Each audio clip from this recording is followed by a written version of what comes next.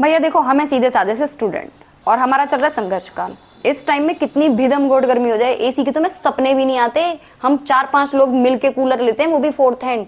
और हम जिस रेंटल रूम पे रहते हैं ना, मेरे सामने वाले, इनके ऊपर एसी, नीचे एसी, दाएं एसी, बाएं एसी। बहुत अच्छी बात है, बहुत विकास किया आपने, हमें यहाँ तक कोई आपत्ति नहीं है। लेकिन मैं ये बताइए, आपकी एसी का पिछवाड़ा हमारी तरफ क्यों है?